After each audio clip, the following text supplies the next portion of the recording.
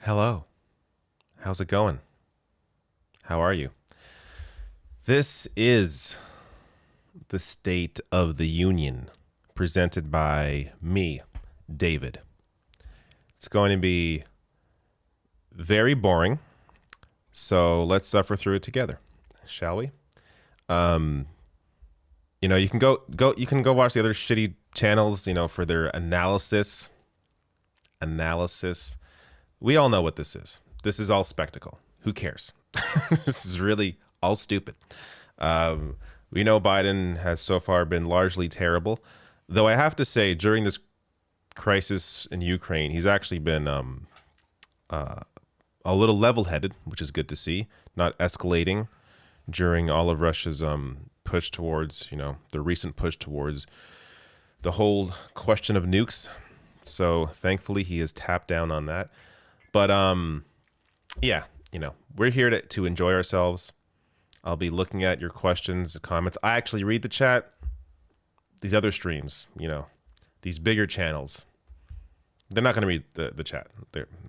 They don't care at all about the live chat. I am reading the chat and actively banning dumb people. So so it will be a good conversation.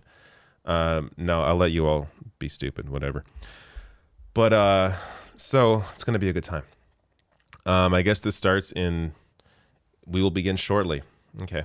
So it'll start at 9 Eastern time is what it's supposed to do. But and I really hope this doesn't go longer than like an hour. How long is this supposed to be? I can't be doing this too long, right? Like hour and a half tops. Let's hope. Because look, I'm doing this because I should see what goes on here. But let's be honest, I could be doing anything else. But I chose to do this. So we're going to enjoy ourselves while it's happening. Already, look, there's chats. Look at all the chats behind me. So you can read those chats. I'll read those chats. But the chats that I'll definitely read are super chats. If anyone sends in super chats, that'd be great. Because I need it. I need to buy diapers. So send some super chats in. But well, look at this. Let me try and grab some of these as they come in. Bobby says, came from Twitter. If you ever get stuck in Demon Souls, I highly recommend walkthroughs.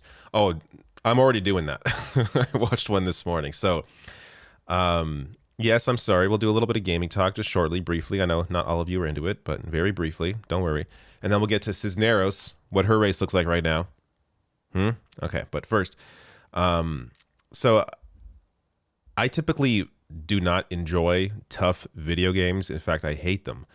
So I've actively avoided all the From Software games. In case you don't know, if you heard Elden Ring, that's like all over everywhere right now. That's who makes Elden Ring, is From Software. So I've avoided all of their games up until recently because Demon Souls was on sale. So I thought, you know what? I'll check this out. I hate these hard games, but this game is on sale. If I like this, maybe I'll at some point get Elden Ring and enjoy that. So I started playing it, and going in with the expectation that I'm going to die a lot, So that's part of the process.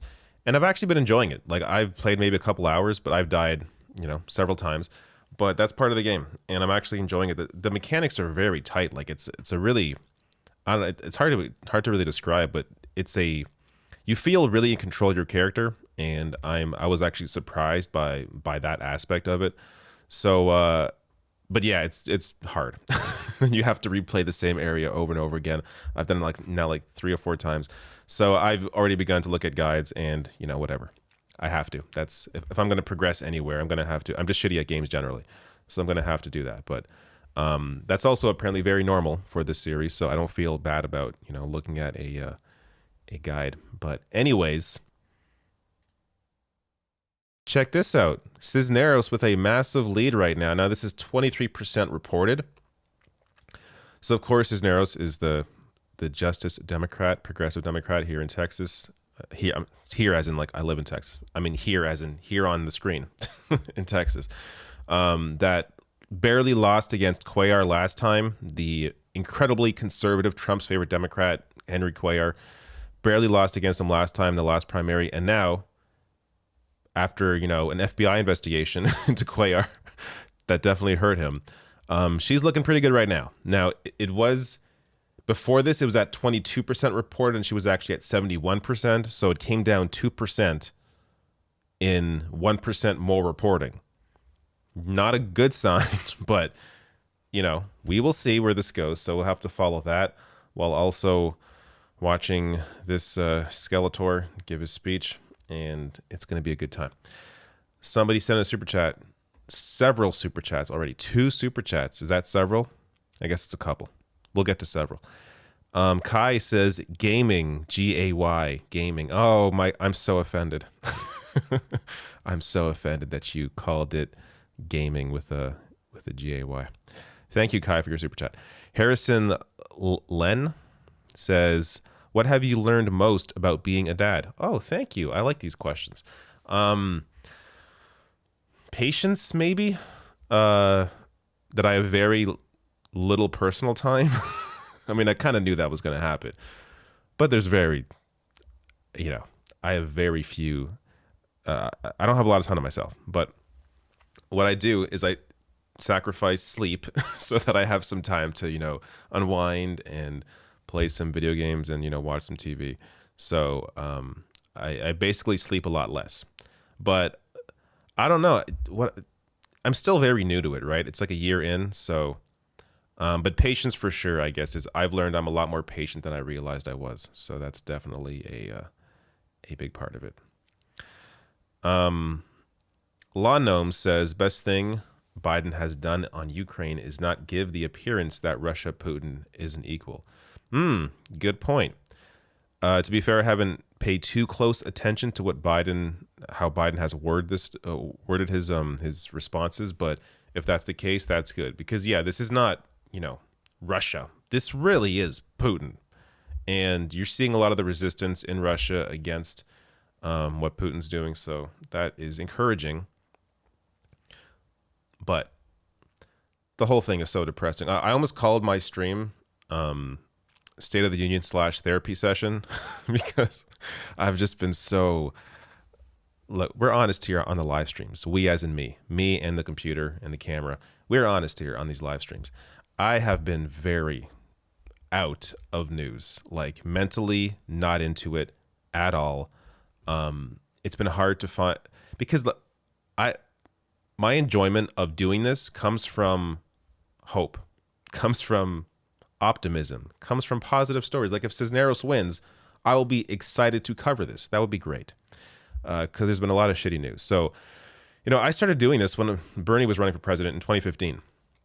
Like that was what prompted me to really get involved and start, taking it seriously. And since then, it's sort of been slowly downhill in terms of how the world has,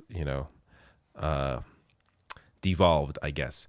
So, it's something that I'm working on. I'm working on trying to be a little less negative, but part of that process is by telling you all about how much this shit sucks. So, I feel like a lot of you feel it too. Like this is, if you follow this stuff every day, good God, it starts to wear on you for sure. At least it's wearing on me. And man, if you're someone who's been like, if you've covered news for longer than I have, like, I don't know, many people out there, of course, have. I don't know how they do it. and still maintain, I don't know, sanity, I guess. I don't know how they do it. It's crazy to me. And I think part of it is you really have to separate yourself from the news, and I have not really been able to do that. I mean, people that do this stuff, but then also when you do that, you then become less attached to what you're talking about, and you I guess you lack the passion of actually caring about the world. So you don't want to lose that either. So there is this like balance between how do I separate myself from reality so that I don't get bogged down by the negativity of news, but at the same time I'm still attached to it enough that I actually care about wanting to, educate and improve society. That's kind of the balance that I'm always trying to, work with. Still Alive says Elden Ring slaps. Have you played it yet? I have not. So maybe you just came late. I started Demon Souls because it was on sale. I bought it, checked it out because I never played a From Software game before. I may have played like Bloodborne at a friend's house once because I remember playing something similar to this kind of style of game and I died and I didn't like it. So I've kind of, not been into these games until I bought Demon Souls, and I'm actually enjoying it now. So now I'm thinking, should I get Elden Ring or should I wait? Should I beat Demon Souls or at least play a little more of it and then get to Elden Ring? I'm also playing Horizon right now, Horizon 2 on PlayStation, which is really good. So I'm trying to get through that. And then Cyberpunk is like the next. There's too many games. But anyways, let's check in on. This is still at 23. Okay. All right. Not much is happening here. This will start in about 4 minutes. Sam O says, I'm playing Dark Souls Remastered. It is like Demon Souls. It is challenging, fun, and addictive. I need to play less of it because of how addictive it is. That's the thing. That kind of surprised me that I didn't mind dying in Demon Souls. Now, to be fair, I've played like a couple hours. I've died like 4 or 5 times. And I've also been high while playing the game, which may have also led to my enjoyment of it. But usually I don't enjoy playing games while, inebriated in some way. So I don't know. I'm enjoying this one. And I'm gonna keep at it while also juggling other games and, being a dad and having to wait till he's asleep to do anything. But that's life. He's about to come out. Well, this is the official White House stream, so we will see when he comes out.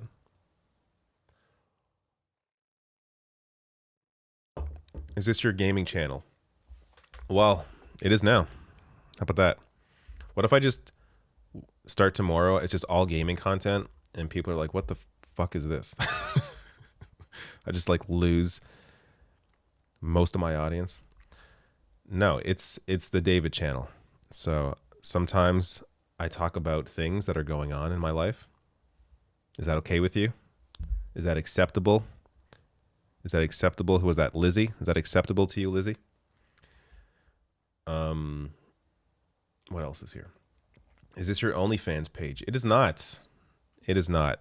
And because I am a dad, you will not be getting one of those. So it's too late now. Can't do it.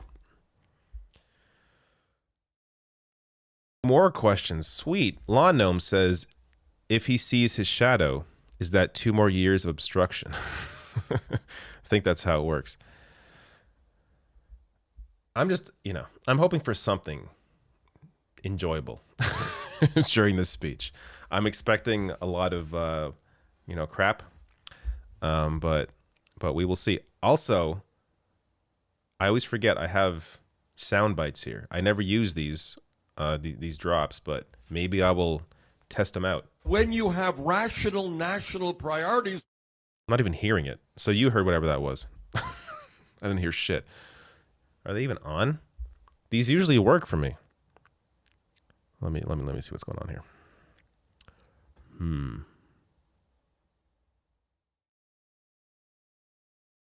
Is it?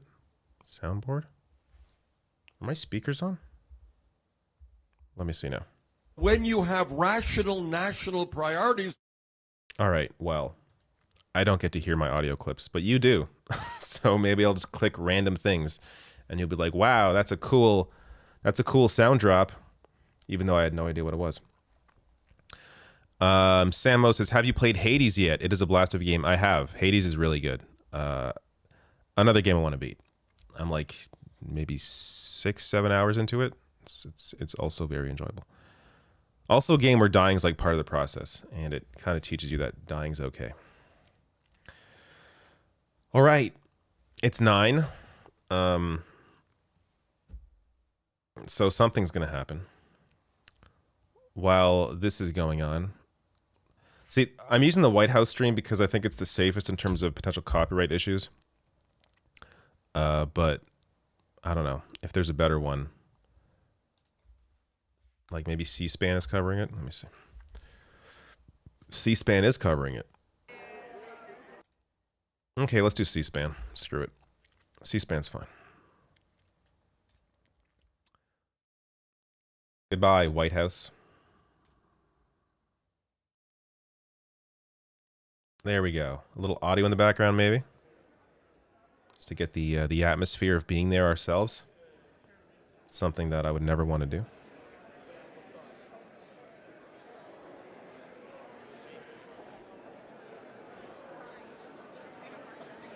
All right, cool.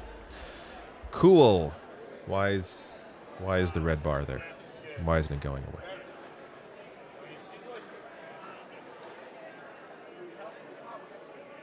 What's happening? There we go. All right. Let's check more chats. David's RM Brown arc. Yo, I gotta give shout out to RM Brown. RM Brown, one of the most underrated YouTubers in the political space. Abso-friggin-lutely. RM Brown's great. He's great.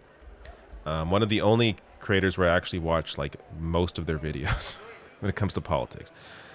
It's like, yeah, he's hilarious. Can't say enough good things about him. Yes, cinema is there. Ew, indeed.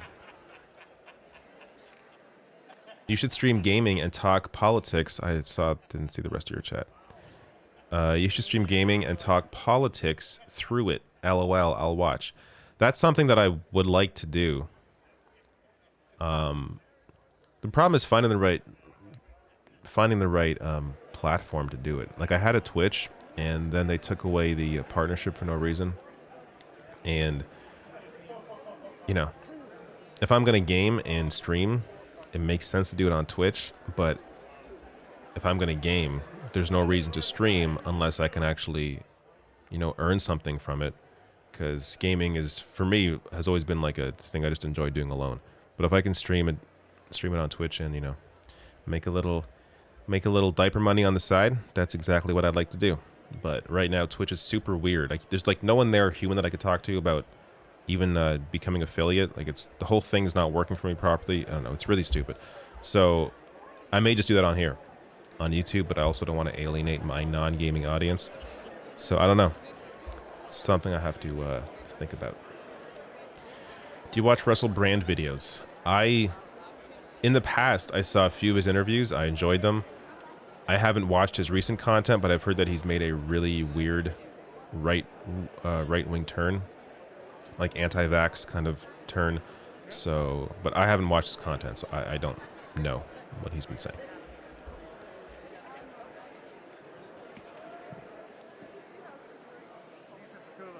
The politics of Viva Pinata. I forgot about that game. I enjoyed that game back in the day. Only played that first one. That was fun.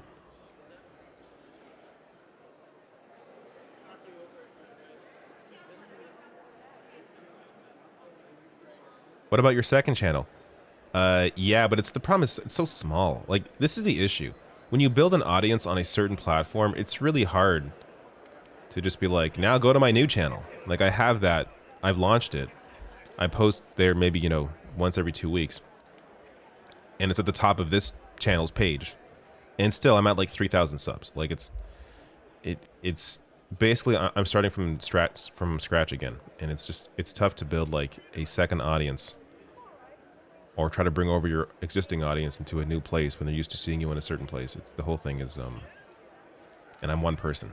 That's kind of the issue, is I'm one person. If I had like a team of people, that'd be a little better.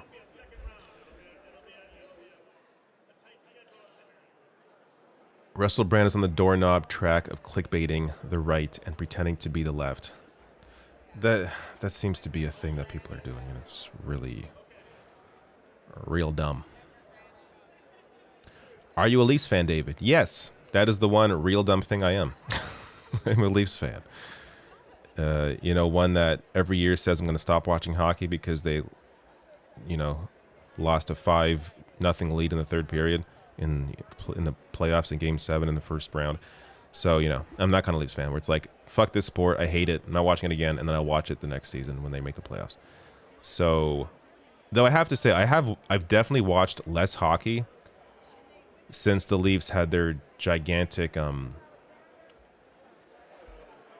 what was it, the big loss to Boston, was that 10 years ago? I don't know, it was a while ago now. But it feels like it was recent to me. But they had they were up 5 goals in the third period in, I think it was a Game 7, and then they blew it.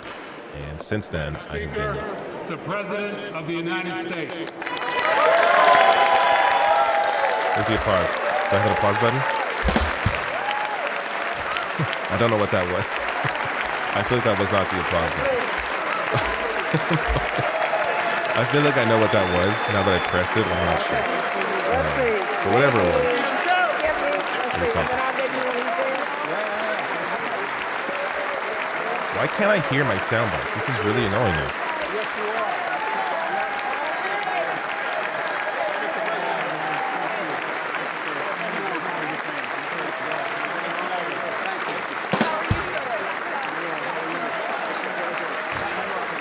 I'm just pressing buttons.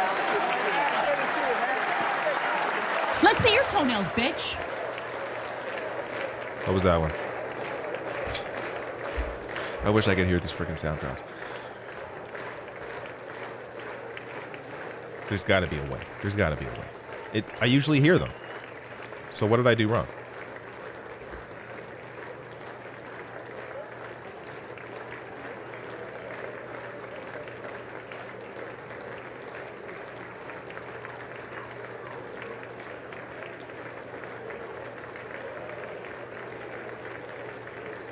Oh, that was the toenails one? Was that the blue? I think it was the purple. Let's see your toenails, bitch. I wish I could hear it. Be funnier. Oh, well, whatever.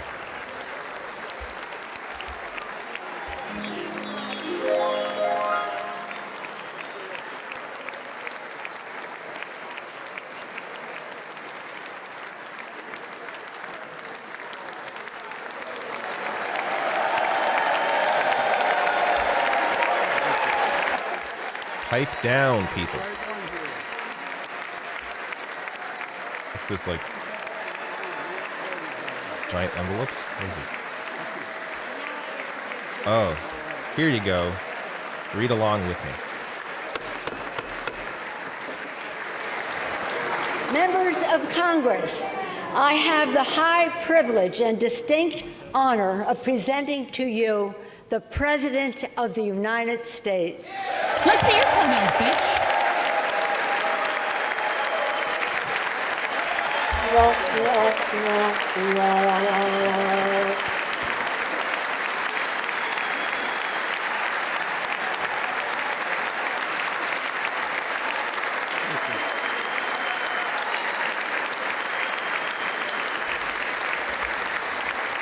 Thank you, thank you, thank you.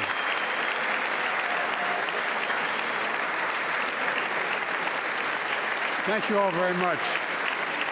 Thank you, General. Thank you.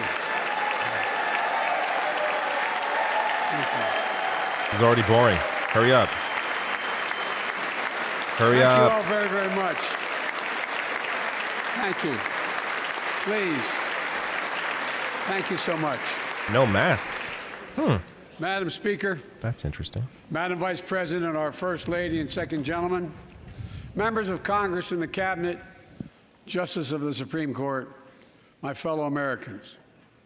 Last year, we'll turn it COVID-19 up. kept us apart. This year, we're finally together again. Tonight,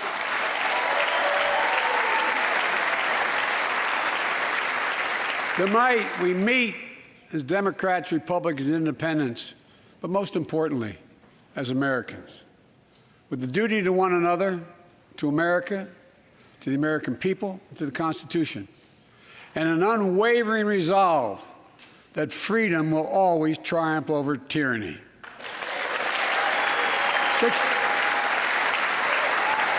Not necessarily, but I hope so. Thank you.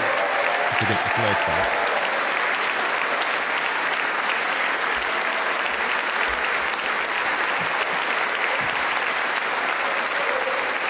6 days ago, Russia's Vladimir Putin sought to shake the very foundations of the free world, thinking he could make it bend to his menacing ways.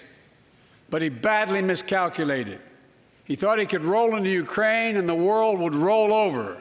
Instead, he met with a wall of strength he never anticipated or imagined. He met the Ukrainian people.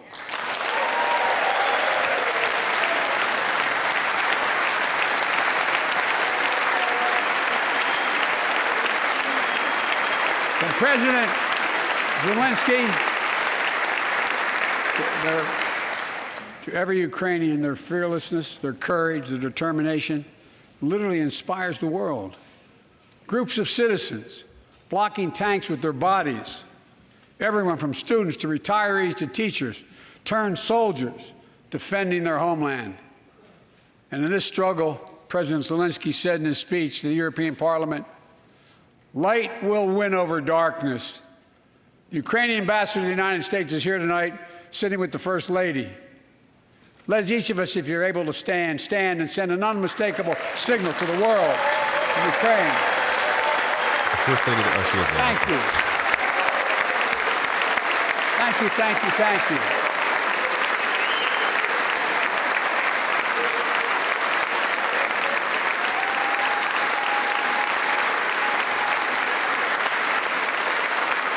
She's bright, she's strong, and she's resolved.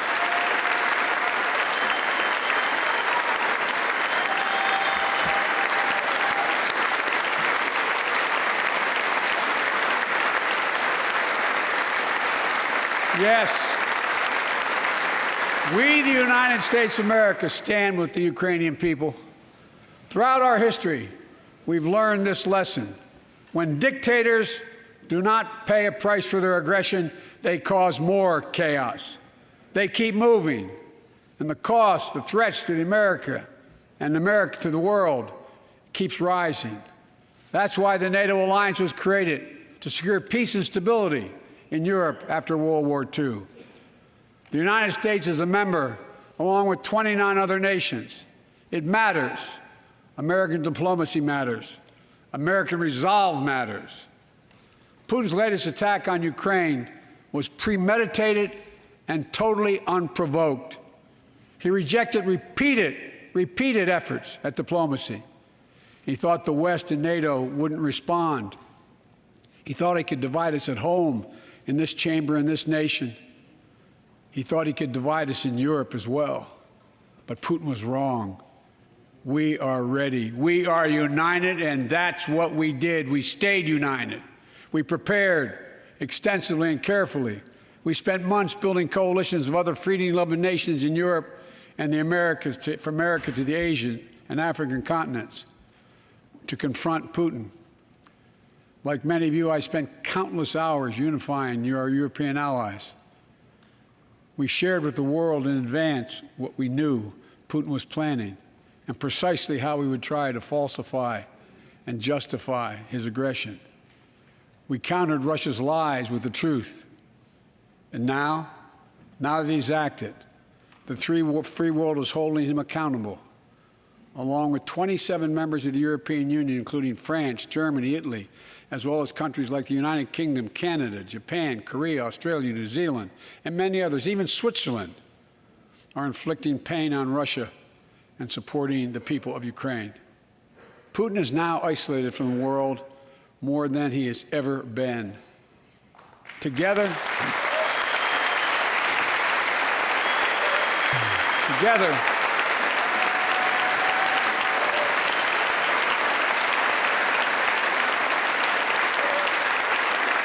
I mean, so far, so good.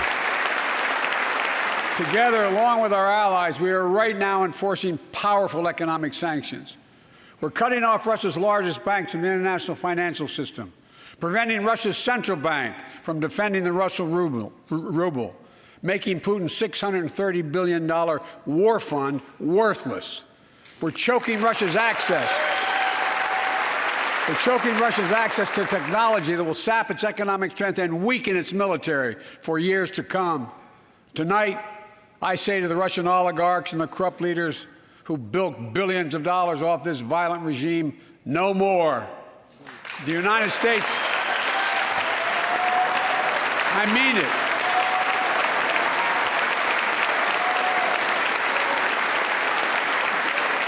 The United States I'll grab all super chats after. Department of Justice is assembling a dedicated task force to go after the crimes of the Russian oligarchs.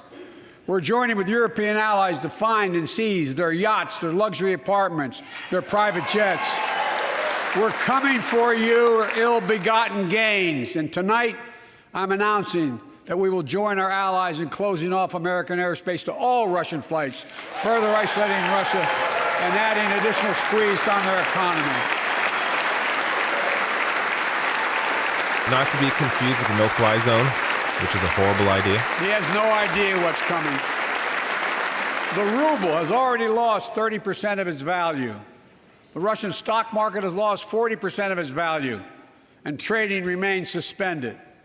The Russian economy is reeling, and Putin alone is the one to blame. Together with our allies, we're providing support to the Ukrainians in their fight for freedom. Military assistance, economic assistance, humanitarian assistance.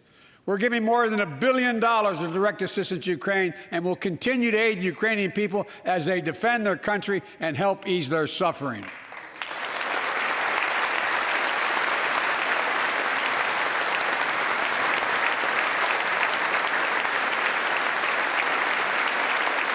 But let me be clear, our forces are not engaged and will not engage in the conflict with Russian forces in Ukraine.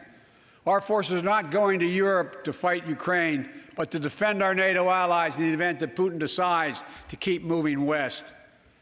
For that purpose, we have mobilized American ground forces, air squadrons, ship deployments to protect NATO countries, including Poland, Romania, Latvia, Lithuania, and Estonia. And as I've made crystal clear, the United States and our allies will defend every inch of territory that is NATO territory with the full force of our collective power. Every single inch.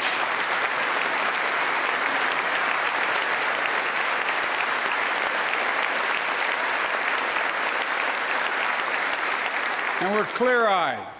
The Ukrainians are fighting back with pure courage. But the next few days, weeks, and months will be hard on them. Putin has unleashed violence and chaos. But while he may make gains on the battlefield, he'll pay a continuing high price over the long run. And a pound of Ukrainian people, the proud, proud people, pound for pound, ready to fight with every inch of energy they have. They've known 30 years of independence, have repeatedly shown that they will not tolerate anyone who tries to take their country backwards. To all Americans, I'll be honest with you, as I always promised I would be. A Russian dictator invading a foreign country has cost around the world.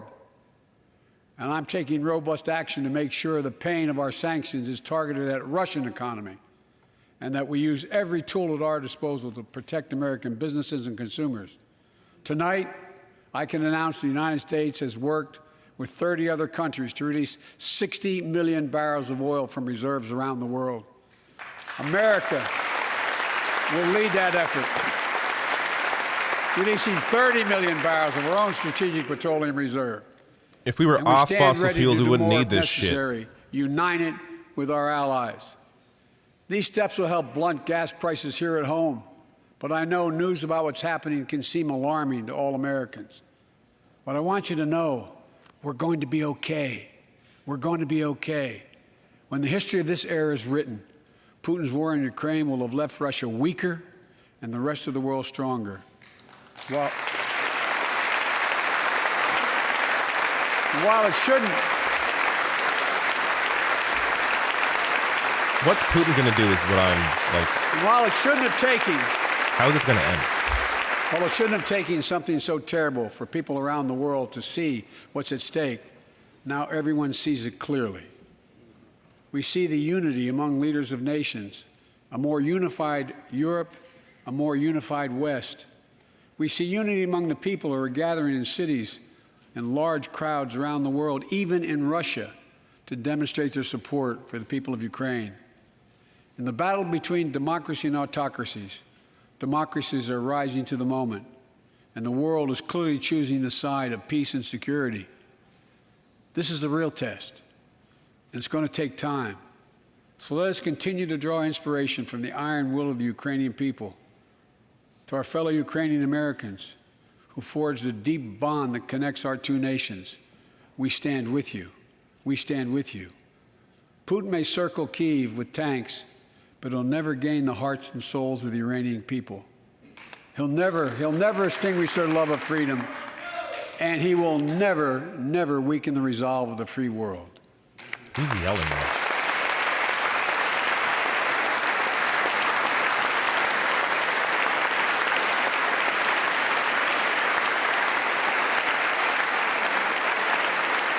We meet tonight in an America that has lived through two of the hardest years this nation has ever faced. The pandemic has been punishing, and so many families are living paycheck to paycheck, struggling to keep up with the rising cost of food, gas, housing, and so much more. I understand, like many of you did. My dad had to leave his home in Scranton, Pennsylvania to find work. So like many of you, I grew up in a family when the price of food went up, it was felt throughout the family. It had an impact. That's when one of the first things I did as president was fight to pass the American Rescue Plan. Because people were hurting, we needed to act, and we did. Few pieces of legislation have done more at a critical moment in our history. Okay, that's to enough lift of us his out of a face. crisis. Somebody else now. It fueled our efforts to vaccinate the Jesus. nation and combat COVID-19. Delivered immediate economic relief to tens of millions of Americans. It helped put food on the table. Remember those long lines of cars waiting for hours just to get a box of food put in their trunk. It cut the cost of health care insurance.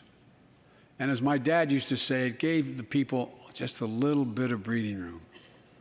Unlike the $2 trillion tax cut passed in the previous administration that benefited the top 1% of Americans, the American Rescue Plan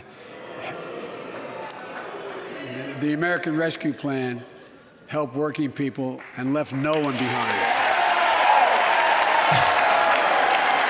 Folks, How did they know to go to him before he even stood And up? it worked. Like, as he was standing up. it worked.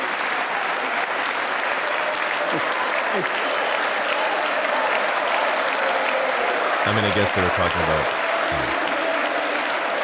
the American Rescue Plan. It worked. We created jobs, lots of jobs. In fact, our economy created over 6.5 million new jobs just last year. More jobs in 1 year than ever before in the history of the United States of America. The economy grew at a rate of 5.7 last year, the strongest growth rate in 40 years. And the first step in bringing fundamental change to our economy that hasn't worked for working people in this nation for too long. For the past 40 years, we were told that tax break for those at the top and benefits would trickle down and everyone would benefit. But that trickle-down theory led to a weaker economic growth, lower wages, bigger deficits, and a widening gap between the top and everyone else in nearly a century. That hasn't been addressed. Vice President Harris and I ran for office, and I realize we have fundamental disagreements on this, but ran for office with a new economic vision for America. Invest in America, educate Americans, grow the workforce, build the economy from the bottom up and the middle out, not from the top down, because we know.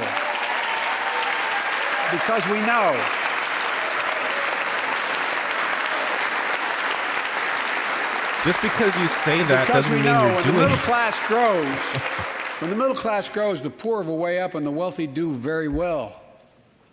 America used to have the best roads, bridges, and airports on earth.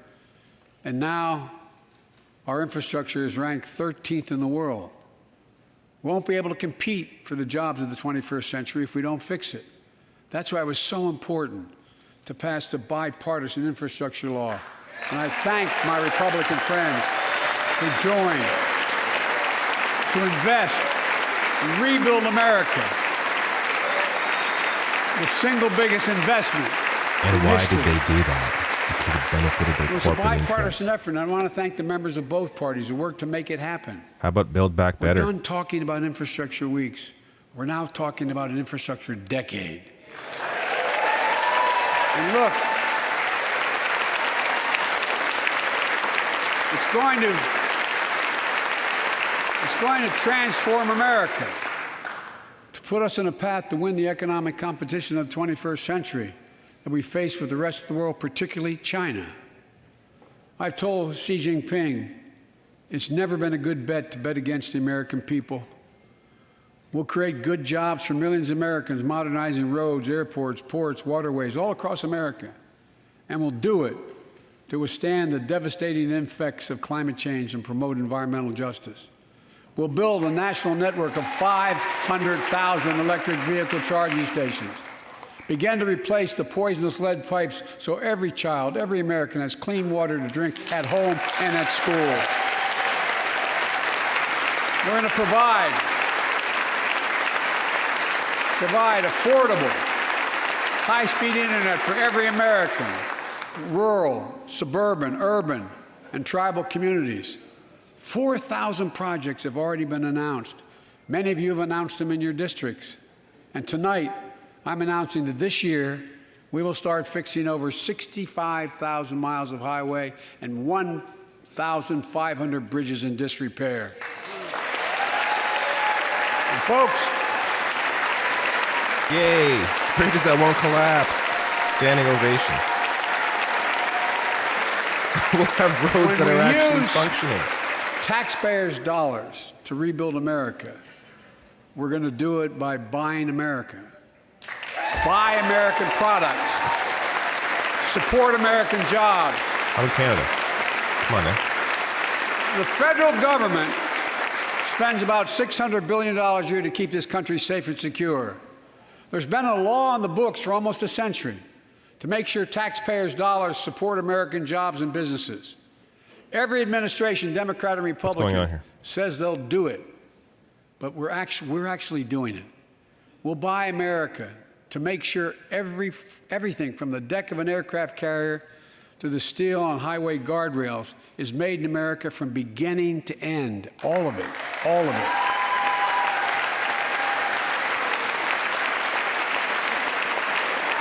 But folks,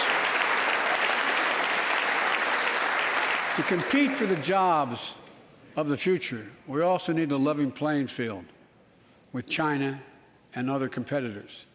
That's why it's so important to pass the Bipartisan Innovation Act sitting in Congress that will make record investments in emerging technologies and American manufacturing.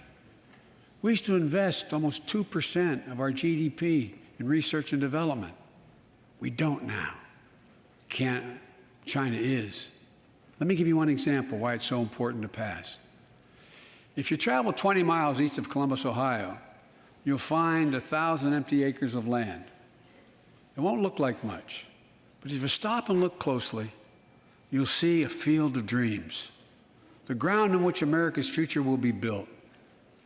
That's where Intel, the American company that helped build Silicon Valley, is going to build a $20 billion semiconductor megasite, up to 8 state-of-the-art factories in one place, 10,000 new jobs.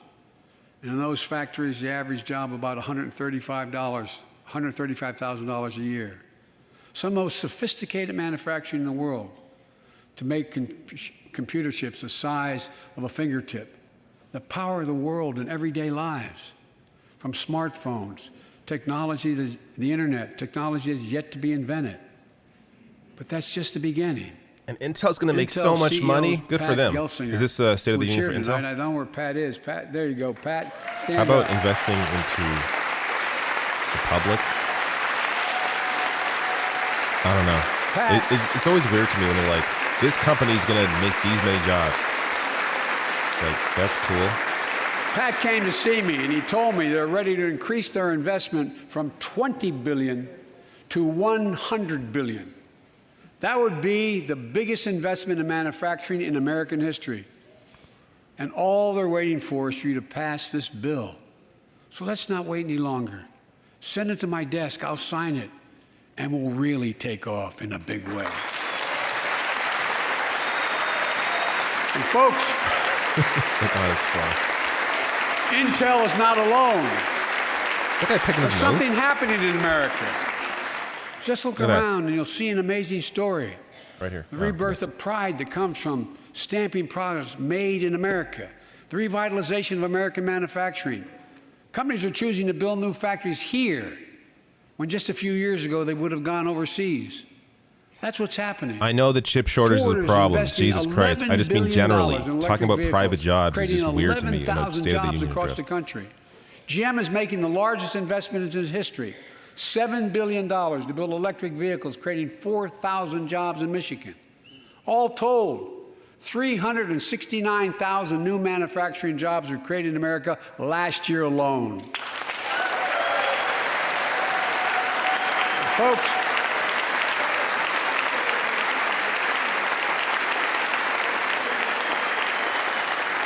powered by people I've met like JoJo Burgess from generations of union steelworkers in Pittsburgh, who's here with us tonight. Where are you, JoJo? There you go. Thanks, buddy. As Ohio Senator Sherrod Brown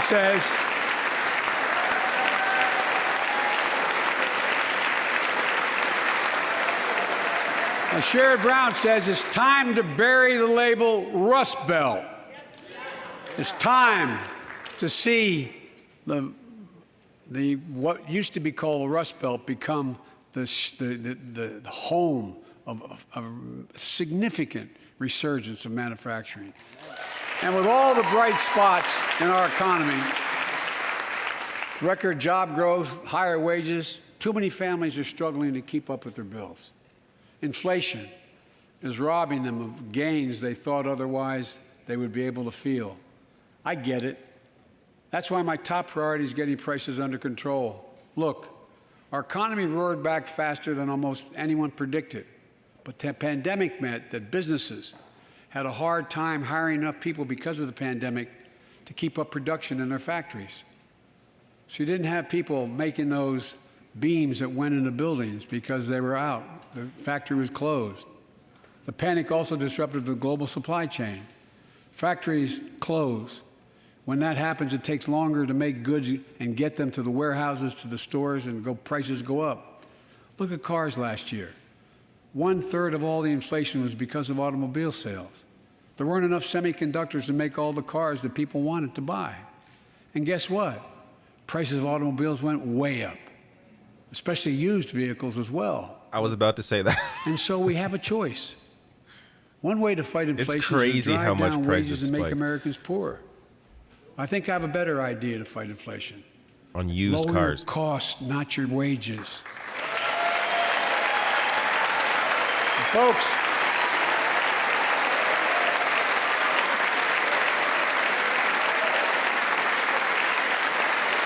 that means make more cars and semiconductors in America, more infrastructure and innovation in America, more goods moving faster and cheaper in America, more jobs where you can earn a good living in America. Instead of relying on foreign supply chains, let's make it in America. Look, Are they union jobs, Joe? If so, economists, do it. Get it done.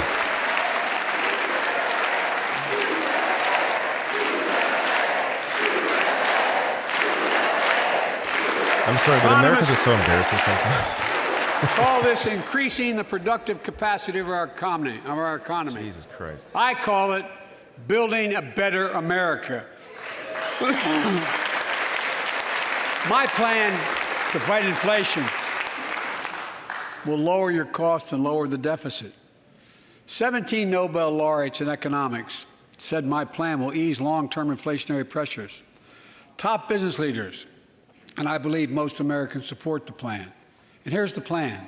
First, cut the cost of prescription drugs. We pay more for the same drug produced by the same company in America than any other country in the world. Just look at insulin. 1 in 10 Americans has diabetes. In Virginia, I met a 13-year-old boy, the handsome young man standing up there, Joshua Davis. He and his dad both have type 1 diabetes, which means they need insulin every single day. Insulin costs about $10 a vial to make. That's what it costs the pharmaceutical company. But drug companies charge families like Joshua and his dad up to 30 times that amount. I spoke with Joshua's mom. Imagine what it's like to look at your child who needs insulin to stay healthy and have no idea how in God's name you're going to be able to pay for it. What it does to your family, but what it does to your dignity, your ability to look your child in the eye, to be the parent you expect yourself to be. He has to I really actually mean to fight think for about this that. stuff, though. Like, you have That's what I to think be about. willing to threaten senators You know, yesterday, in your Joshua started party tonight, but yesterday was to his get birthday. shit done. Happy birthday, buddy, by the way. For Joshua and 200,000 other young people with type 1 diabetes, let's cap the cost of insulin at $35 a month so everyone can afford it. And drug companies will do very, very well, their profit margin. While we're at it, I know we have great disagreements on this floor with this. Let's let Medicare negotiate the price of prescription drugs. Yeah, but you can't just yell that and make it happen. You have to. They already set the price for VA drugs. Look, the American Rescue Plan What is are they helping shaking their millions of heads at? families with Affordable Care Act Fucking plans to sociopaths. save them $2,400 a year on their health premiums. Let's close the coverage gap and make these savings permanent. And second, let's cut energy costs for families, an average of $500 a year by combating climate change. Let's provide an investment tax credits to weatherize your home and your business, to be energy efficient and get a tax credit for it. Double the bare America's minimum. clean energy production in solar, wind, and so much more. Lower the price of electric vehicles, saving another $80 a month that you're not going to have to pay at the pump. Folks,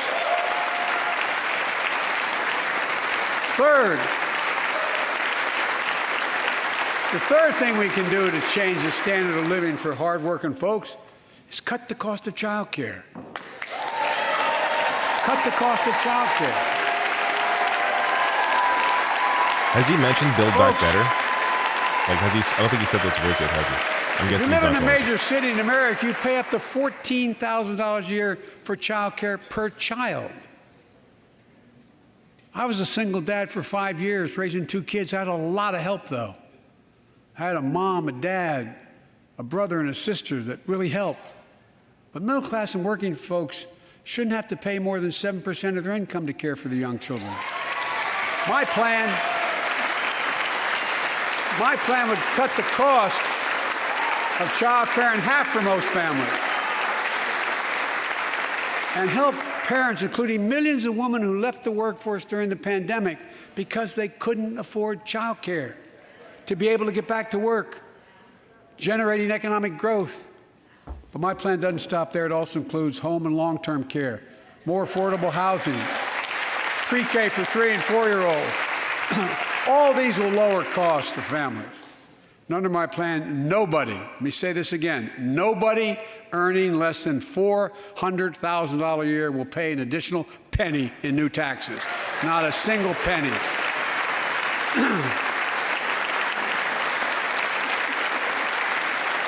I may be wrong, but my guess is if we took a secret ballot in this floor, that we'd all agree that the present tax system ain't fair.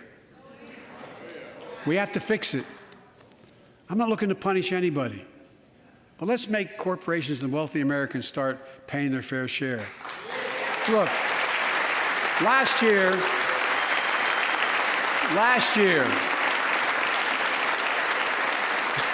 and like Chris Coons and Tom She looks Carper confused. and my distinguished Congresswoman, we come from the land of corporate America.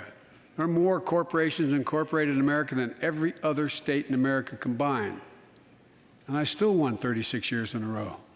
The point is, even they understand they should pay just a fair share. Last year, 55 of the Fortune 500 companies earned $40 billion in profit and paid zero in federal taxes.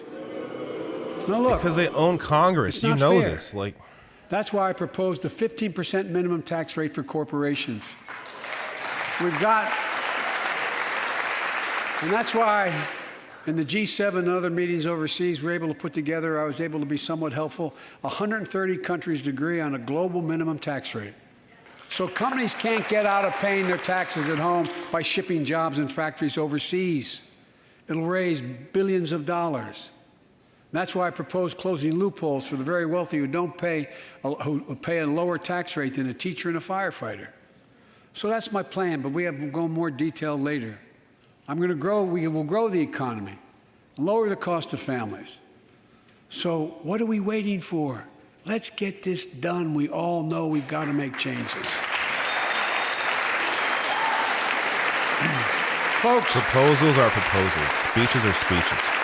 Like, this is why I hate this shit. and while you're at it, It's all just talk. confirm my nominees for the Federal Reserve, which plays a critical role in fighting inflation. My plan will not only lower costs and give families a fair shot, it will lower the deficit. The previous administration not only ballooned the deficit with those tax cuts for the very wealthy and corporations, it undermined the watchdogs, the job of those to keep pandemic relief funds being wasted. Remember we had those debates about whether or not those watchdogs should be able to see every day how much money was being spent, where was it going to the right place? But in my administration, the watchdogs are back. And we're going to go after the criminals who stole billions of relief money meant for small business and millions of Americans. Tonight, I'm announcing that the Justice Department will soon name a chief prosecutor for pandemic fraud.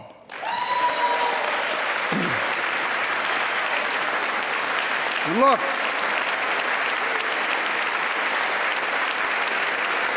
As someone said, talk is talk. Someone's complaining I that think we all agree. Biden Thank sounded you. like Bernie, so I By the should end be of this complaining. year, the deficit will be Sounding down to like him in a less than speech half is of one what it was thing. before I Doing took it office. is a different thing. The He's only not doing president it. ever to cut He the has deficit more by power more than he's using. $1 trillion in a single year. Lowering your cost also meant demanding more competition. I'm a capitalist, but capitalism without competition is not capitalism. Capitalism without competition is exploitation. That's It capitalist. drives up profits. That's literally capitalism. Capitalism is literally Corporations have to exploitation. compete. Their profits go up and your prices go up when they don't have to compete. Small businesses and family farmers and ranchers, I need not tell some of my Republican fucking friends demon. in those states. Guess Piece of what? garbage. You got 4 basic meat packing Ugly facilities. motherfucker, this guy. That's it. You play with them or you don't get to play at all. And you pay a hell of a lot more. A hell of a lot more because there's only 4.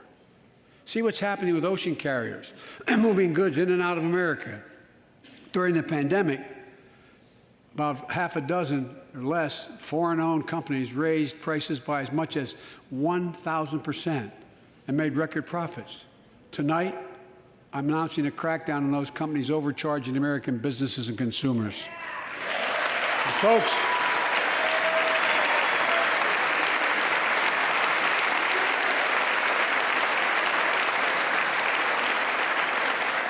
and as Wall Street firms take over more nursing homes, quality in those homes has gone down and costs have gone up.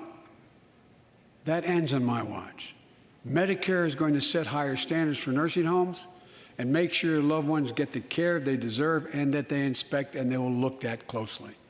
We're also going to cut costs to keep the economy going strong and giving workers a fair shot, provide more training and apprenticeships, hire them based on skills, not just their degrees. Let's pass the Paycheck Fairness Act and paid leave. Raise the minimum wage to $15 an hour. Which And they could have extend the got child done in their tax first credit, so no fucking one has to piece of raise a family in legislation. poverty.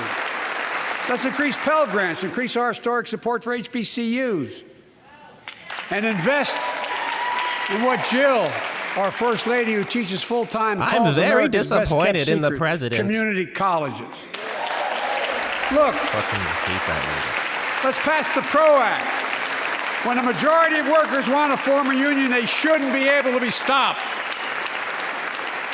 When we invest in our workers and we build an economy from the bottom up and the middle out together, we can do something we haven't done in a long time: build a better America. For more than 2 years, COVID has impacted every decision in our lives and the life of this nation. And I know you're tired, frustrated, and exhausted. That doesn't even count the close to 1 million people who sit at a dining room table or a kitchen table and look at an empty chair because they lost somebody. But I also know this: because of the progress we've made, because of your resilience and the tools that we have been provided by this Congress, tonight I can say we're moving forward safely back to more normal routines. We've reached a new moment in the fight against COVID-19, where severe cases are down to a level not seen since July of last year. Just a few days ago, the Center for Disease Control and Prevention issued a new mask guidelines. Oh, shit. Under the new guidelines, most Americans and most of the country can now go mask-free. And based on projections, more of the country will reach a point across the next couple of weeks. And thanks to the progress we've made in the past year, COVID-19 no longer need control our lives. I know some are talking about living with COVID-19, but tonight I Say something positive, that David. we never will just accept living with COVID-19. We'll continue to combat the virus as we do other diseases. I'll think about Because this virus mutates and spreads, we have to stay on guard. And here are 4 common sense steps as we move forward safely, in my view. First, stay protected with vaccines and treatments. We know how incredibly effective vaccines are. If you're vaccinated and boosted, you have the highest degree of protection. We'll never give up on vaccinating more Americans. it. There we go. Now, That's I know good. parents with kids under 5 are eager Positive. to see their vaccines authorized for their children. He is correct. Scientists are working hard to get that done. We'll be ready with plenty of vaccines if and when they do. We're all ready. We are also ready with antiviral treatments. If you get COVID-19, the Pfizer pill reduces your chances of ending up in the hospital by 90%. I've ordered more pills than anyone in the world has. Pfizer is working overtime to get us 1 million pills this month and more than double that next month. And now we're launching the Test to Treat initiative, so people can get tested at a pharmacy, and if they prove positive, receive the antiviral pills on the spot at no cost. If that's true and is Folks. implemented how he said, that is good. Good job, If you're Biden. That is immo- correct. If you're immunocompromised or have some other vulnerability, we have treatments and free high-quality masks. We're leaving no one behind or ignoring anyone's needs as we move forward. On testing, we've made hundreds of millions of tests available, and you can order them for free to your doorstep. And we've already ordered free tests. If you already ordered free tests tonight, I'm announcing you can order another group of tests. Go to covidtest.gov starting next week, and you can get more tests. Second, we must prepare for new variants. Over the past, we've gotten much better at detecting new variants. If necessary, we'll be able to develop new vaccines within 100 days instead of maybe months or years. And if Congress provides the funds we need, we'll have new stockpiles of tests, masks, pills ready if needed. I can't promise a new variant won't come, but I can promise you we'll do everything within our power to be ready if it does. Third, There. Here's the positive portion of the speech. He is correct on We COVID. can end the shutdown of schools and businesses. We have Correct the tools on we need. vaccines. It's time for America to get back to work and fill our great downtowns again with people. People working from home can Well, feel safe and begin to return to their I don't know about offices. We're doing that here in the federal government. The vast majority of federal workers will once again work in person. Our schools are open. Let's keep it that way. Our kids need to be in school.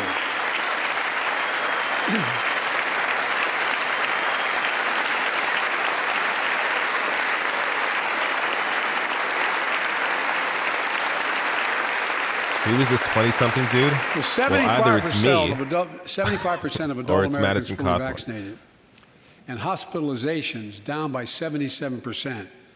Most Americans can remove their masks and stay in the classroom and move forward safely. We achieved this because we provided free vaccines, treatments, tests, and masks. Of course, continuing this costs money, so I'll not surprise you. I'll be back to see you all.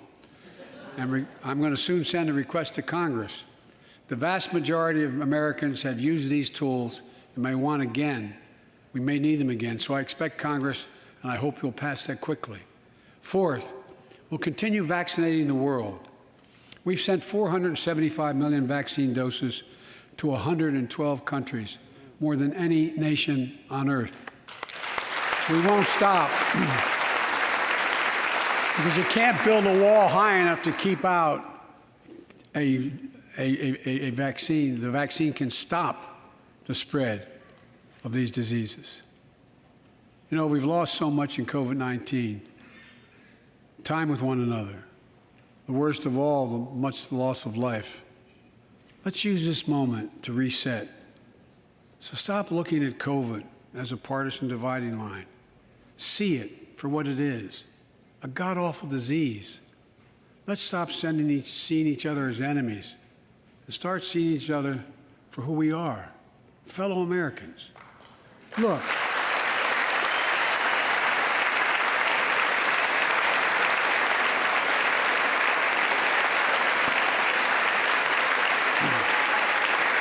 I bet Republicans are sitting down, right? We can't change how divided we've been. It was a long time in coming. But we can change how to move forward on COVID-19 and other issues that we must face together. I recently visited New York City Police Department days after the funerals of Officer Wilbur Mora and his partner, Officer Jason Rivera. They were responding to a 9/11 call when a man shot and killed them with a stolen gun. Officer Mora was 27 years old. Officer Rivera was 22 years old. Both Dominican Americans who grew up in the same streets that they later chose to patrol as police officers. I spoke with their families, and I told them that we were forever in debt for their sacrifices and will carry on their mission to restore the trust and safety of every community deserves. Like some of you that have been around for a while, I've worked with you on these issues for a long time. I know what works. Investigating crime prevention and community policing, cops who walk the beat, who know the neighborhood, and who can restore trust and safety. Let's not abandon our streets or choose between safety and equal justice. Let's come together and protect our communities, restore trust, and hold law enforcement accountable.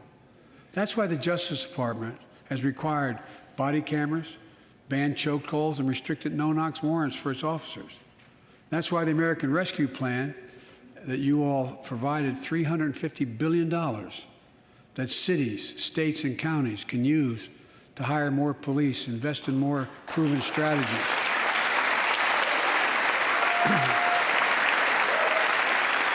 Proven strategies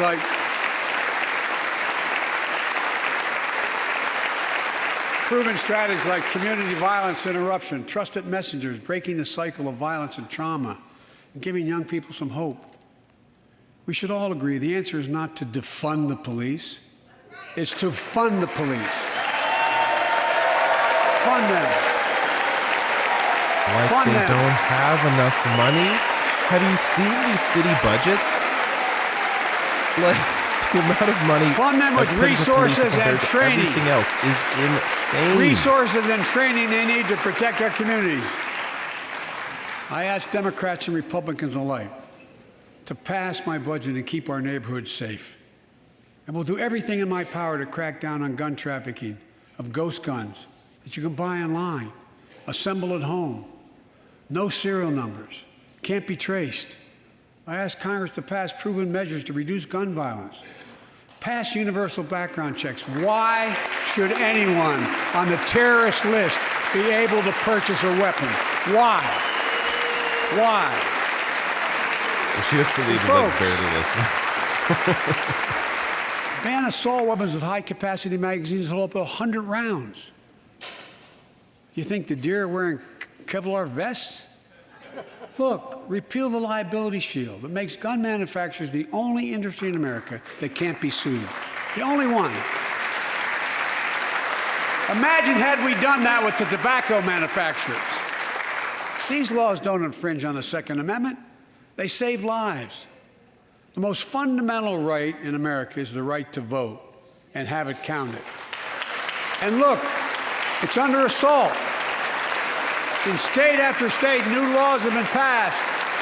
Not only to suppress the vote, we've been there before, but to subvert the entire election. We can't let this happen. Tonight, I call on the Senate to pass the Freedom to Vote Act, pass the John Lewis Act, Voting Rights Act.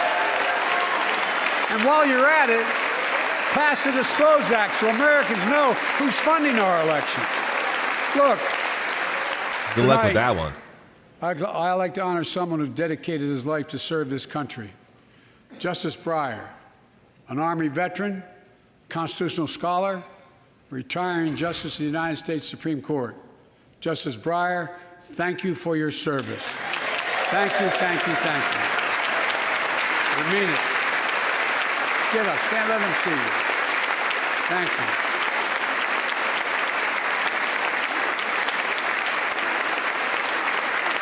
And we all know, no matter what your ideology, we all know one of the most serious constitutional responsibility a president has is nominating someone to serve on the United States Supreme Court. As I did 4 days ago, I've nominated the Circuit Court of Appeals, Ketanji Brown Jackson, one of our nation's top legal minds, who will continue in Justice Breyer's legacy of excellence. A shockingly good pick. A former top litigator in private practice, a former federal public defender, from a family of public school educators and police officers. She's a consensus builder. Since she's been nominated, she's received a broad range of support, including the Fraternal Order of Police and former judges supported by Democrats and Republicans. Folks, if we are to advance liberty and justice, we need to secure our border and fix the immigration system. What a random turn.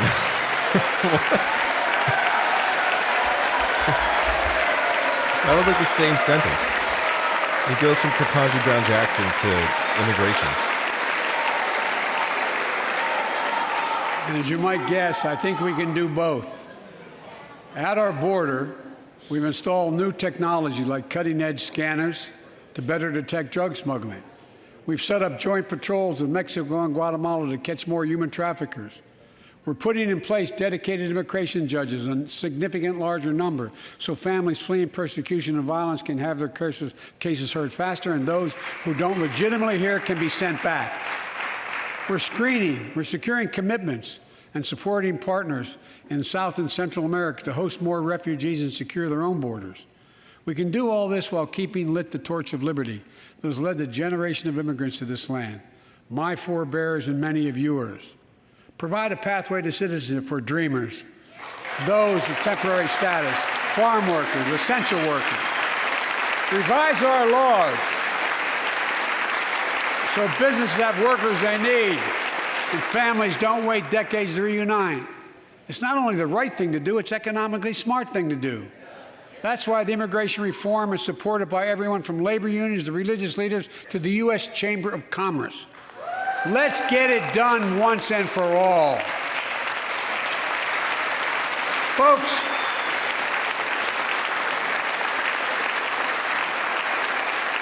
Advancing liberty and justice also requires protecting the rights of women. The constitutional right affirmed by Roe v. Wade, standing precedent for half a century, is under attack as never before. If you want to go forward, not backwards, we must protect access to health care, preserve a woman's right to choose, and continue to advance maternal health care for all Americans. And folks, for our LGBTQ plus Americans, let's finally get the Bipartisan Equality Act to my desk. The onslaught of state laws targeting transgender Americans and their families, it's simply wrong. And I said last year, especially to our younger transgender Americans, I'll always have your back as your president so you can be yourself and reach your God-given potential. Folks,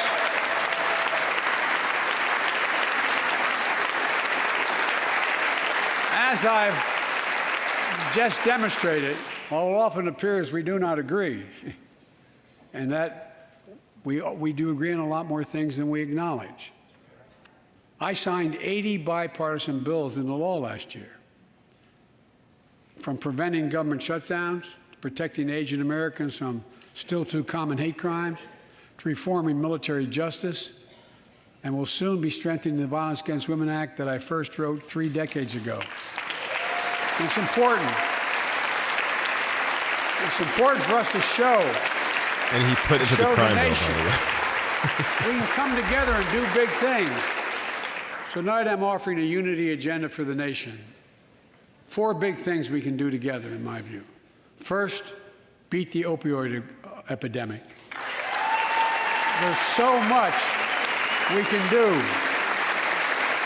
Increase funding for prevention, treatment, harm reduction, and recovery. Get rid of outdated rules and stop doctors that stop doctors from prescribing treatments.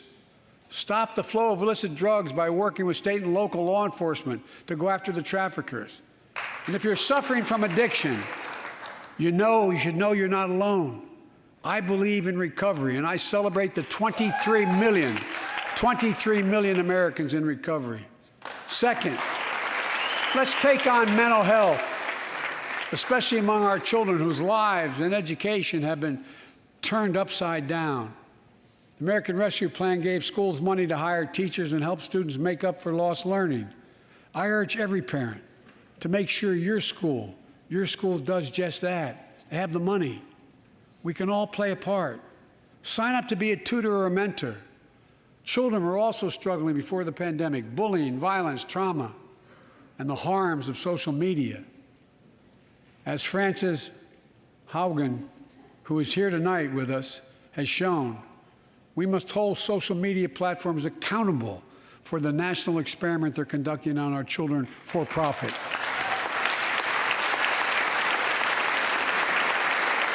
Who's that Facebook? Folks, Former Facebook employee. thank you. Thank you for the courage you showed. It's time to strengthen privacy protections, ban targeted advertising to children, demand tech companies stop collecting personal data on our children, and let's get all Americans the mental health services they need.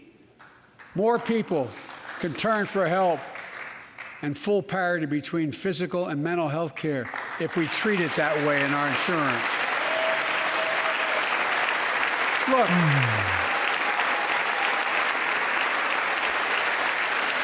the third piece of that agenda is support our veterans. Veterans are the backbone and the spine of this country. They're the best of us. I've always believed that we have a sacred obligation to equip those we send to war and care for those in their family when they come home. My administration is providing assistance in job training, housing, and now helping lower-income veterans get VA care debt-free.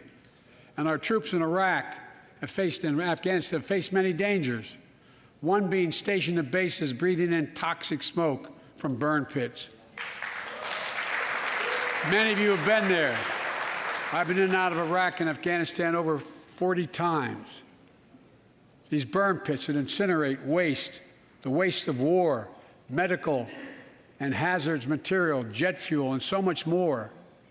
And they come home, many of the world's fittest and best trained warriors in the world, never the same. Headaches, numbness, dizziness. A cancer that would put them in a flag-draped coffin. I know. One of those soldiers Someone was yell my out. son, Major Bo Biden. I don't know for sure if the burn pit that he lived near, that his hooch was near, in Iraq and earlier than that in Kosovo, is the cause of his brain cancer, the disease of so many other troops. But I am committed to find out everything we can, committed to military families like Danielle Robinson from Ohio, the widow of Sergeant First Class Heath Robinson. He was born a soldier, Army National Guard, combat medic in Kosovo and Iraq, stationed near Baghdad, just yards from burn pits the size of football fields. Danielle is here with us tonight. They love going to Ohio State football games.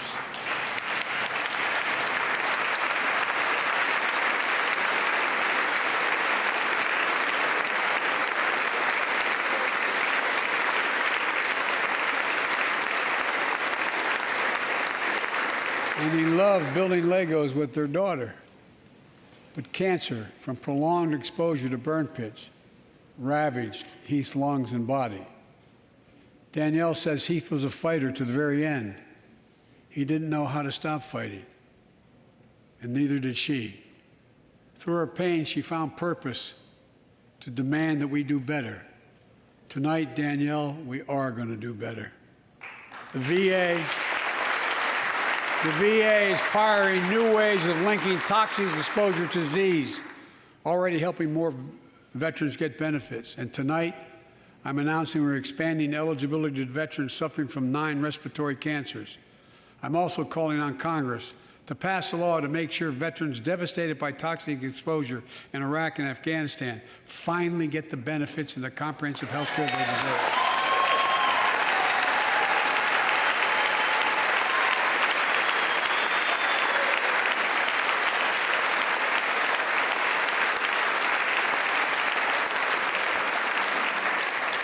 And fourth and last, let's end cancer as we know it. This is personal.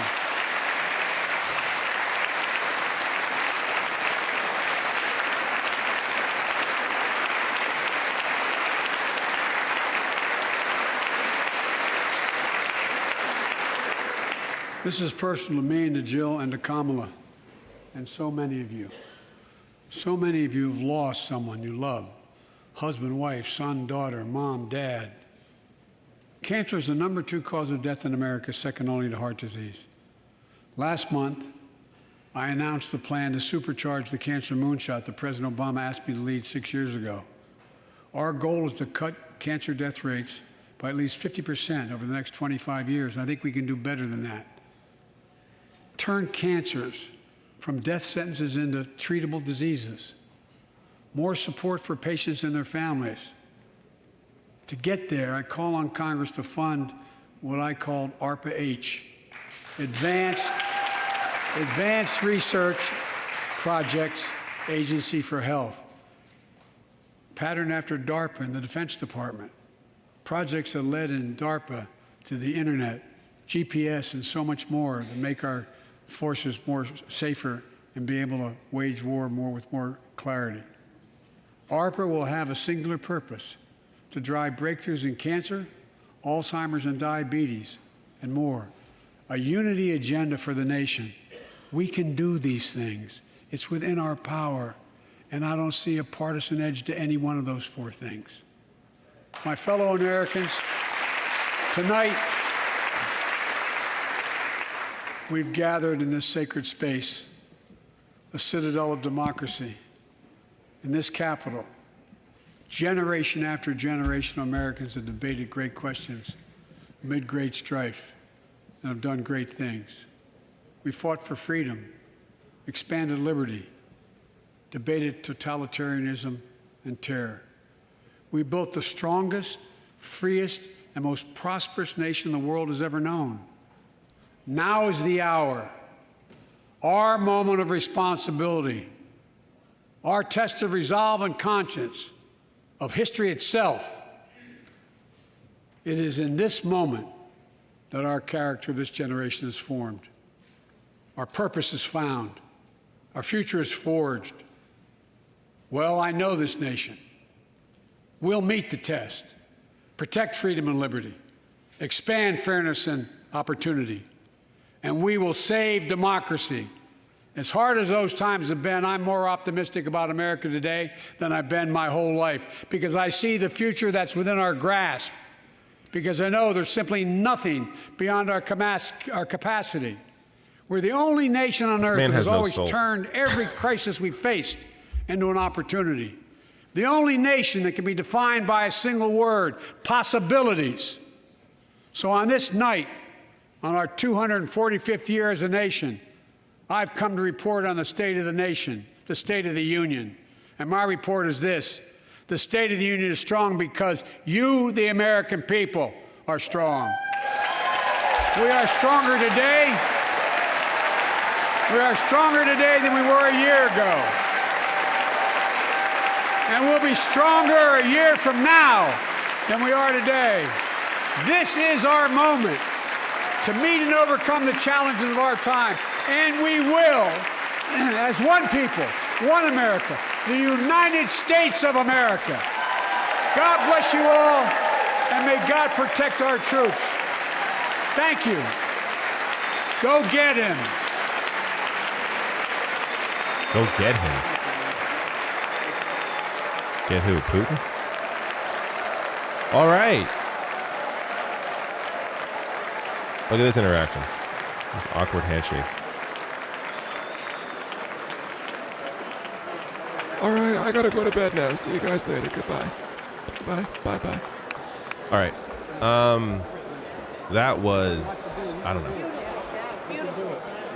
To be honest, I tuned out like half the speech.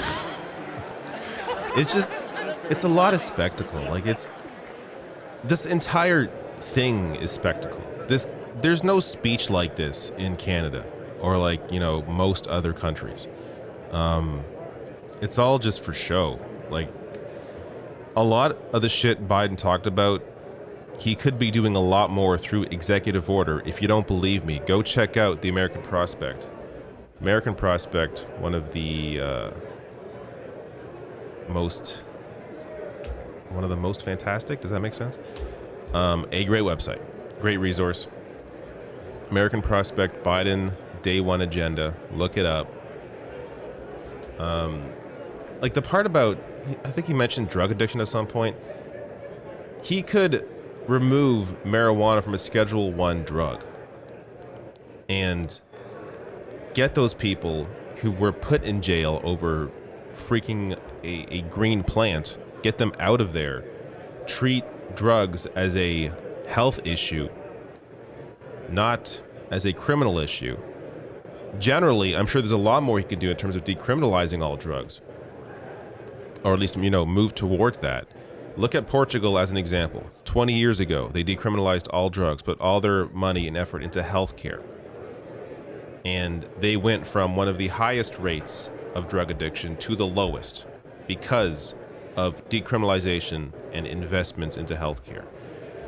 And healthcare generally, like you talk about taking care of the veterans, which should be a given. Yes, of course. Like how are you not already doing that? But universal healthcare, like this is an obvious thing. If you care about cancer, care about the veterans, care about COVID, universal healthcare is obviously what you should be doing. But, you can't offend the capitalists. As he said, he is a capitalist. That is clear. Can't offend the capitalists. So that's not going to be, it never has been his agenda, but if he is looking at, the world objectively and what he should be doing to help people, that is an obvious step. So it's all just a lot of hot air. And look, of course, the stuff he said about vaccines is all the, some of the stuff is a given, and that's why it ends up just being a lot of just bullshit. It's just an hour and a half of bullshit.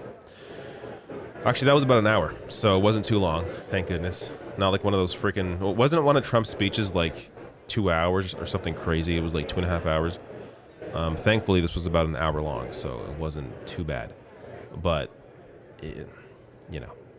the best part was probably the beginning, talking about Ukraine and Russia and Putin. And then, because that's really where you can have some kind of, I don't know, like cultural or mental impact on people is your comments about that. But everything else is just a reminder of what more he could be doing that he's not doing. And of course, yes, it's not just him. It's of course the Senate. It's of course Manchin and Sinema. But if they weren't there, would there be 2 other Democrats that are obstructing because of their special interests? So that's always the big question. But he could be putting, if it's really just Manchin and Sinema, put a lot more pressure on them to pass what is in his Build Back Better agenda, which he didn't bring up here, but he brought up the components of it. He could be. And I've discussed this multiple times in other videos, but there are pressure points, especially on Manchin, in terms of his daughter and her involvement in the EpiPen scandal and Manchin's own potential corruption. Like a lot more you could be doing there. In terms of Sinema, for me, she's the biggest enigma. Like, well, I don't know what you do about Sinema. Like, who knows what's even motivating her? But he doesn't appear to be doing anything, unless there's a lot more happening behind the scenes that we don't know about, but it doesn't sound like it. All reporting indicates that he treats Sinema and Manchin with kid gloves, so I don't know. Speech is a speech. Let me grab some of these chats that I missed. Andrew Wiggins or Jamal Murray, just for the record. I don't know who they are, so I don't know. Jeff Growendale says state of the nursing home. Mike H writes something in Ukrainian with the Ukrainian flag. I don't know what this statement is. I'll do a quick Google Translate. Let's do a quick Google Translate here.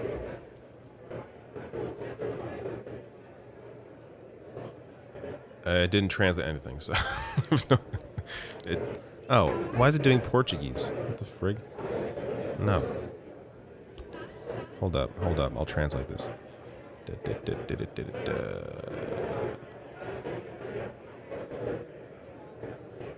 Oh, I am with Ukraine. There you go. Thank you, Mike.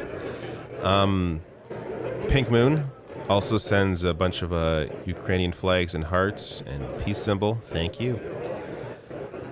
Mr. Sushi says, how many war criminals in this room?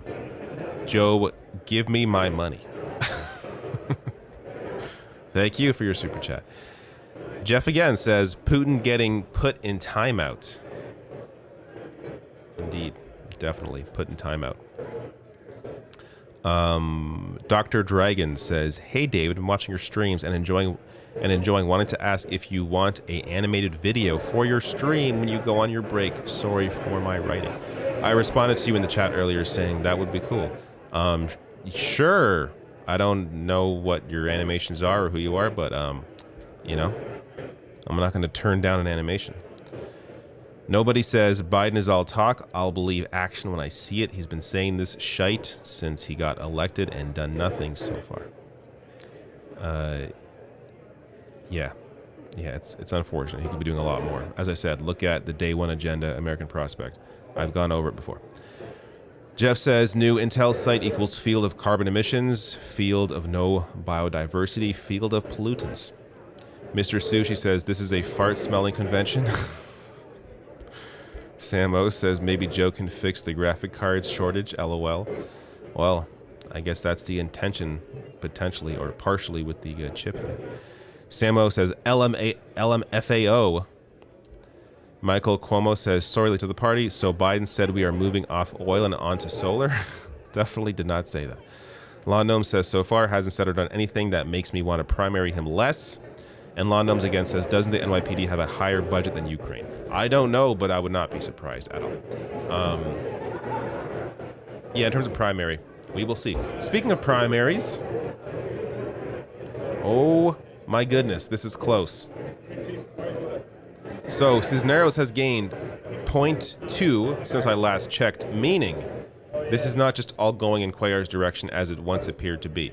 So Cisneros right now still in the lead, 55% reporting. She lost by like 2% last time, 2 or 3% last time, and now Cuellar's being investigated by the FBI. Like, this should be an easy win. One would hope, but it also depends on turnout. A lot of people are just familiar with certain names, and it's always hard to take out an incumbent. So we will see, but so far looking good. Looks like Biden is signing something. Yeah. All right. Well. Oh, someone said something that I want to read.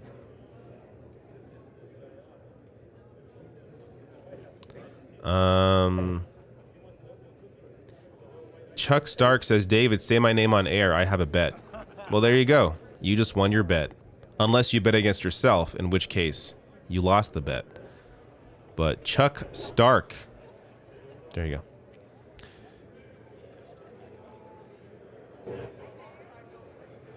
go. Sparkly says, David is so level-headed.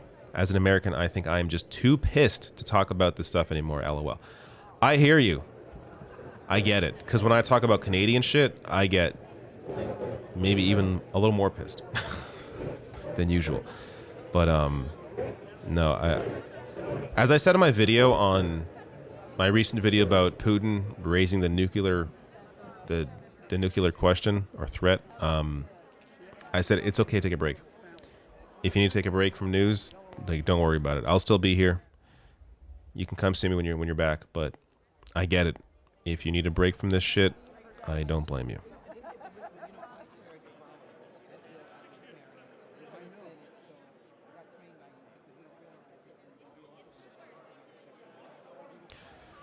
I thought I saw another chat I wanted to read quickly.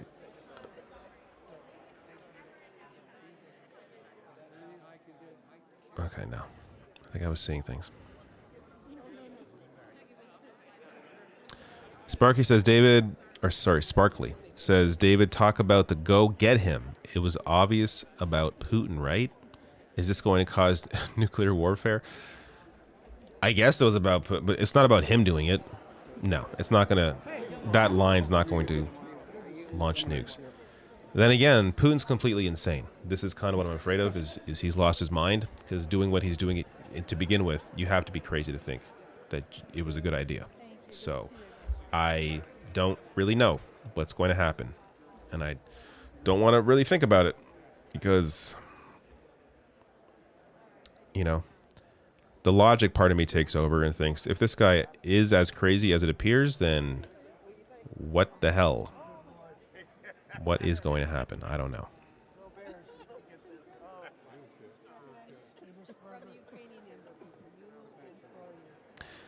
Blue Valhalla says Biden wouldn't call out Manchin at cinema after praising McConnell. Oh, yeah, of course not. Here's the thing. I don't need him to call them out in a speech like this, but do something privately. Like, put some pressure on them. Like, he has pressure points for sure that he has not used. And if he actually cared about the agenda, he would use them. But it appears to be, as long as he presents the appearance that he cares about these issues, he thinks that's enough for him. And it's not.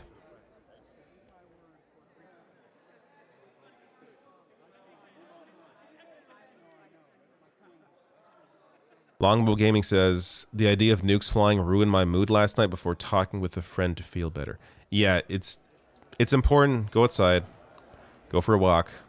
If you're somewhere warm. If you're somewhere cold like here, then walk around your living room. Get your mind off shit. Watch something else. Just enjoy life. Live in the moment. Find some time to, set time aside to just smell the roses.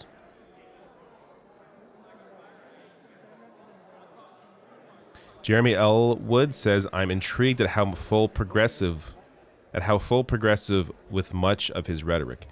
I know, as I'm sure you do, just rhetoric, but if it causes a response, might push people to hold him to his word. I hear you, yes, but he was kind of doing that already before. Like, it's the stuff he said here was nothing new. He's talked before about, examining the tax code, and I don't know what else was kind of progressive that he mentioned. I think he may have mentioned unions at some point, or raising the minimum wage. Yeah, he's mentioned all this stuff before, but you know, unless you do it, it doesn't really mean a whole lot. Junebug Doe says, play video games. I think I'll be doing that before bed, so shortly, because I'll be getting off very soon, as I really have to use the bathroom after drinking an entire beer during that stream. Let me just grab some more chats here. What else? Koru says, U.S. is crazed. What more is there to say? That's a great point. It is. The U.S. is crazed, but the world is crazy. So it's not just the U.S.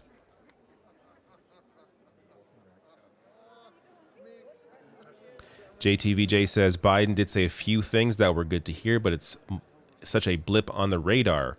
I will say it's a sign of how much the grassroots has pushed lately. Well, yeah, I mean, you can thank Bernie for all that. Really, Bernie back in 2016 laying the groundwork for that being a public discussion. A lot of what he was talking about, you know, wealth inequality, raising wages. Like, you hear a lot of that now just generally in politics, and it's more mainstream. Like, before 2015, there was very little discussion about many of those issues. So Bernie really raised that. And yeah, and because it's popular to talk about those things, other politicians talk about them, but doing something about them is much different than talking about them. Free to Express says, is Elden Ring good? I keep hearing about it. Look at the reviews. I have not played it yet because as I discussed at the beginning of the stream, I tend to avoid tough games since they frustrate me, but I did get Demon's Souls on sale, which was From Software's first Elden Ring style game, and I played a couple hours. I'm enjoying it, even though I die a lot, but it's still fun, so I may be checking out Elden Ring at some point.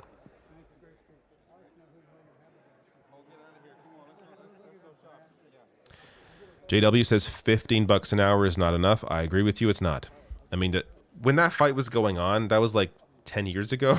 Like, when that was really, you know, a push from activists. So we're well past the point at $15 an hour.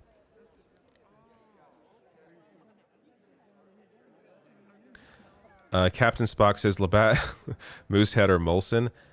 Try Miller Genuine Draft. That's what I drank. I like drinking. This is like a nice, easy beer. MGD. That's my go-to normally.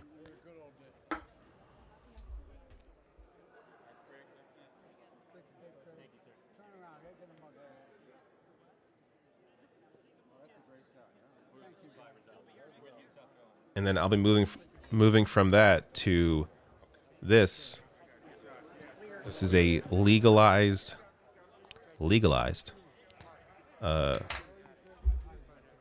marijuana vape.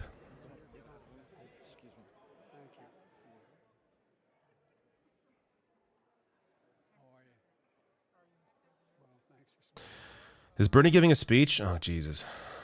I don't know. I can't. It's too late. I'm tired. Declares the joint session of the two houses. That's nice. No, it's too late. I do want to see this, though. Oh, my God. Now she's down 1.3. Okay, here's the thing. I got to go. So I'd be here longer, but I just can't. Is Bernie even giving a speech? I thought it was Tlaib was giving a speech. I don't know. Bernie was giving one.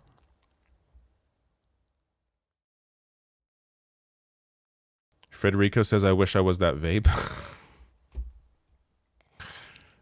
Crack me up. All right, I gotta go. Mostly because I have to go to the washroom. That's why. I mean, I stay here longer, but I really gotta pee. So, gotta go. Hopefully she wins, because that will be some positive news to cover tomorrow. We will find out. But until then, thank you all for showing up. And Detective says, David Doe, can you read my comment I made, please? That I just read it.